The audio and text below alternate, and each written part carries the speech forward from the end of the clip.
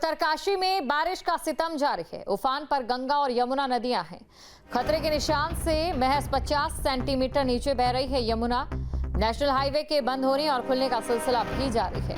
तस्वीरें भी आपको दिखा देते हैं। एक बार तस्वीरों में आप देखिए, उत्तरकाशी में बारिश का सितम और नदी नाले उफान पर आ चुके हैं।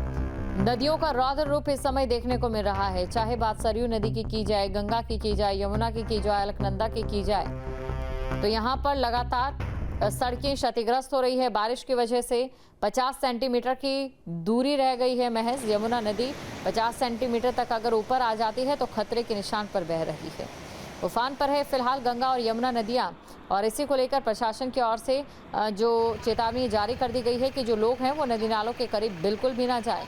उत्तरकाशी की अगर बात करें तो ये तस्वीरें आपके सामने हैं।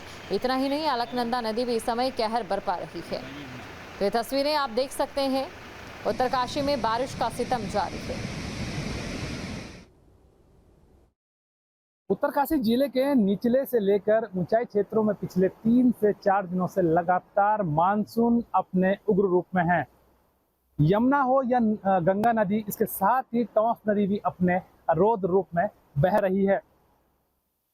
गंगोत्री धाम की बात करें तो नेताला, हिना और ये तमाम ऐसी जगह है जहां लगातार रात को बारिश के बाद बंद हो जाता है, तो सुबह को खोलने की इसकी कार्रवाई शुरू हो जाती है।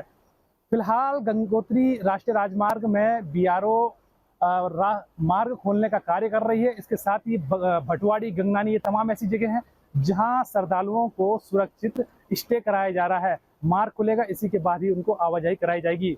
अगर बात करें यमुनोत्री राष्ट्रीय राजमार्ग की, तो आज छठे दिन भी यमुनोत्री राष्ट्रीय राजमार्ग वाहनों के लिहाज से सिलाई बैंड से पूरी तरीके से बंद है। अभी सिलाई बैंड का जो जख्म है वो पूरा भरा भी नहीं था कि बनास के पास सड़क का करीब 25 मीटर हिस्सा धंस जाने के बाद यहाँ पर भी यात्रा जोखिम में हो गई है।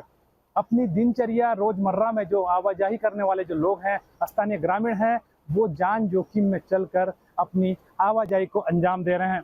मैं बिल्कुल अभी यमुना तट पे खड़ा हूँ और यमुना तट में यमुना का रौद्र रूप किस तरीके से दिख रहा है, मैं अपने साथी से चाहूँगा कि वो तस्वीर दिखाएं जो यमुना नदी अपने डेंजर निशान से महज 50 सेंटीमीटर नीचे बह रही है। यमुना नदी के किनारे अगर तटीय स्थान अगर देखें तो यमुना पूरा भूस्खलन यानी कि जो किनारे की जो मिट्टियां हैं उसको काट काट कर अपने साथ चल रही है।